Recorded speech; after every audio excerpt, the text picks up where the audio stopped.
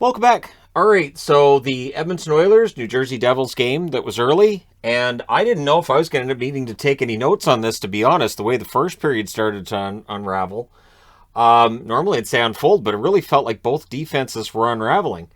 If you're an Oilers fan, uh, are you a little bit concerned with Mike Smith, or are you of the mind that, no, it's fine, most of those New Jersey goals were good, everything's fine, or is there some concern?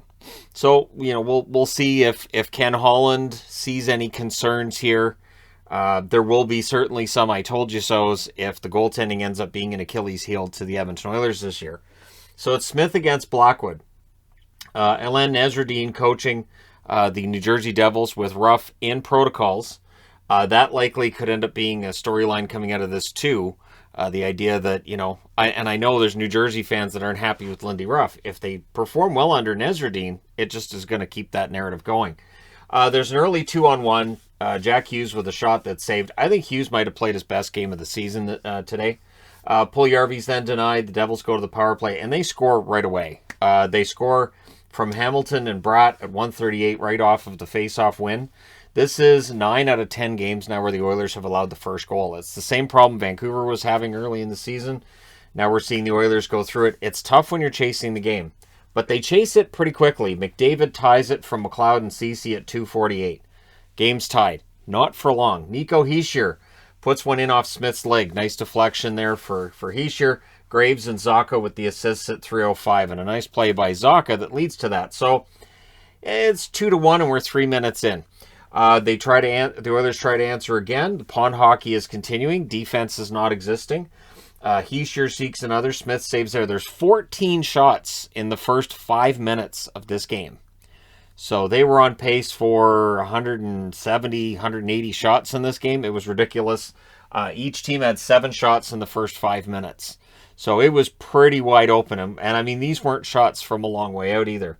At 6 minutes, the Oilers tie it again. It's Kyler Yamamoto from Cuckoo and Nugent Hopkins. So that makes it a tie. It's a perfect tip by Yamamoto. No chance on that play for Blackwood.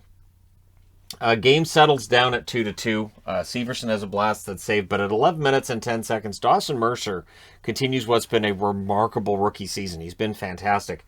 He scores from Johnson and Severson. Nice fast break goal. That was the 9th shot of the game for New Jersey and their 3rd goal. So again, I know that question's going to come up. I'm not necessarily saying that there's a problem with goaltending, because again, I think it's too early to make that statement, but media and some fans may not think it's too early to make that statement with Smith. Graves then with a tip back to Blackwood during a press. I thought that was interesting. There's Oilers in the area, and Graves just tips it back to his goaltender. And I thought, that might not be the best point, but they get it. They get it done. The Devils have a rush chance. That's broken up. A lot fewer odd man rushes in the second half of that period, but it's already 3-2. McDavid in close. Blackwood saves there. It was a nice, dangerous tip by McDavid, and it saved. So we go to the second period. Devils press early. Oilers doing a good job of shot blocking. The early jump was definitely for the Devils. Smith saves there. Oilers get a press at 4 minutes. The Devils end up icing the puck, but they get away with it. The next face-off, they manage to clear it out. They get the line change they needed. The shots are 5-2 for the Oilers at 6 minutes. So the Oilers have a very good start. Devils couldn't clear it. The Oilers are controlling, and then at 7:57, McDavid gets the second of the game from Keith and Yamamoto. So that ties the game up yet again. McDavid was in alone. Great stretch pass from Keith to get in there. And very nice. The Oilers then were looking for the lead next shift, and Cody Ceci would end up hitting the goalpost. So close to getting the lead there. Bratt with a rush chance. That's fired wide. Things get scrummy with 8:42 left. The emotions are going up. The hitting's going up as well at this point in the game. Devils get themselves a power play. Hischier was denied. Bratt had a chance that was caught. Bratt had a chance that was caught. The Oilers kill it off. The Devils pressed after it ended. Mercer has a shot that's saved. The fans tried calling a penalty. The ref said no. Ref's not popular in New Jersey in this one. Zaka with a chance wouldn't go. Both goalies seem to be fixing their save percentages in the second period. Puljujarvi was denied in close. Well-played period by both teams. And I just mean you have 20 shots in that second period, and only one of them found the back of the net. So both goaltenders played well in that second period. Third period, back and forth chances. It just went back to pond hockey in the third in this one. Blackwood denies Barry. Boquist had a rush chance that saved. Hughes with a wrister, saved as the Devils press, and then Kuokkanen gets a goal from Johnson and Mercer at 5:14. It was a nice rush chance that led to the goal. However, that lead doesn't last. Devon Shore scores from McLeod and Lagesson at 7:06. For McLeod, playing against his brother, this is his first multi-point game in his career. So Ryan McLeod beats Mike McLeod, at least in this first meeting between the two in New Jersey. And their parents were talked to, and it was kind of fun. Anyways, then the Oilers decide, why don't we just get the lead? So Yamamoto gets a goal from Draisaitl and Keith at 8:18. This is where things get weird. This is where the whole game gets weird. So I was during a delayed penalty, and that's the key thing. Dougie Hamilton definitely hits it with his stick before the Oilers get the... Now, there's that whole conversation. It reminds me of the Carolina-Vancouver game from last year. Well, 2019-2020, from forever ago, where you have, when do you determine that you should blow the whistle and that there should be, a change of possession declared and that the whistle should go? Well, the question was, did the Devils have it at some point? So there were 2 points where a Devils stick touched it. Hughes touched it second, but the play by Hamilton, I think you can argue that's enough possession to blow the whistle. They didn't. So the Devils challenge it. They spent the next, I think it was 9 minutes. Bob Stauffer said 9 minutes. I thought, yeah, that sounds fine. I had the Vegas game on the computer. Well, the Edmonton game was on the TV because this wasn't gonna end. So they review it for all this time. And then the referee goes to center ice and goes, yeah, so we reviewed it and the play is non-reviewable. So it makes me wish we could have heard the conversation between Toronto, between the Situation Room, and the refs. Because I'm guessing the refs were like, but yeah, there was a change in possession. And Toronto said, you can't. And they even released a statement after on what the reason was behind. But again, New Jersey fans not happy.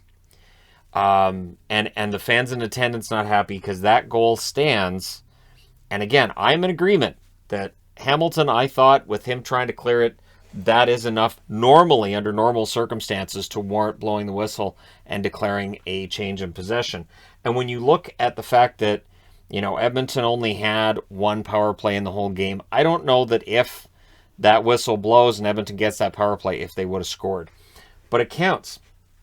So, with Devil fans not happy and chanting some things, he sure has a tip that saved the Devils press with 6 minutes left. There's a net crash with 4:50 left. I don't know how the Devils didn't score on that play. They should have, and they didn't. Mike Smith did his best. Then with 4:47 left, to really make the fans happy, they declare a face-off violation rule that gives the Oilers a power play. So basically, you put your hand on the puck in the circle. You can't do that on a face-off. Looking at it on the replay, I was like, okay, maybe. But again, the ref "you suck" chants begin yet again. And it, it is what it is. Now, to their credit, Draisaitl is a blasted save. This is where they're talking too about the fact that since the 5-4 goal, Ryan Nugent-Hopkins was not on the Oilers bench. If he were injured and if he were out of the lineup for whatever reason, that is a huge blow to an Oilers team that has had its struggles over the last month, right? So the Devils did kill off that power play. So kudos to their penalty killers. They pull the goaltender with 1 minute and 20 seconds left. The Oilers ice it with 37.2 seconds left, which is normal now. It's normal that they ice it. It's fine. Icing's fine. Coaches disagreed with this for a long time. And then the New Jersey Devils don't call the timeout. They win the faceoff, and Sharon Govich tips one. Hamilton with the point shot. It goes in the net. Hughes with the other assist at 19:28. So Jack Hughes over to Hamilton. Hamilton blasts it. Sharon Govich gets the tip. It's possible this goal's going to get changed because I think Bastian was in front of the net too, but it looked like it was Sharon Govich's goal. And that ties it up. We go to overtime. In the overtime, Draisaitl was denied. The Oilers were controlling it, not getting a lot of shots though. The Draisaitl one was the only shot they had. Smith, Bratt with a rush. Smith saves on that. Hughes with a breakaway. Smith denies him there. Barry fires one high. Zaka has a centering pass that's cleared, but then at 2:55, it's Jack Hughes. Again, I think this is his best game of the season from Bratt and Severson. So at 2:55 of overtime, it is a win for New Jersey. They go to 12-15-5 with the 6-5 overtime win. The Oilers drop to 18-12-1. This is their first loss in extra time. Your shots in this one were kind of all over. 14-13 New Jersey in the first, 11-9 New Jersey in the second, and then the Oilers outshoot them 14-13 in the third. So that's 27 shots in both the first and third periods. Just a lot of work for the goaltenders. In the overtime, New Jersey does outshoot them 3-1. Your final shots 41-37 for New Jersey. Power plays, the Oilers 0 for 1, New Jersey 1 for 2.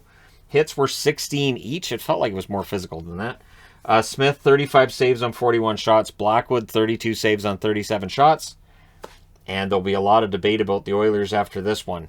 And of course, with the news that a lot of Canadian games are getting delayed, a lot of Canadian teams are going to be on the road for a while. So they have to figure this out. For the Flames, they're just going to sit back and say this is going to be great. But for other Canadian teams that may not have that same road record, there's going to be some struggles. So we'll see what happens with the Oilers from here. For the Devils, it's a kind of a big win. They beat Buffalo, of course, their last game. Now they beat Edmonton.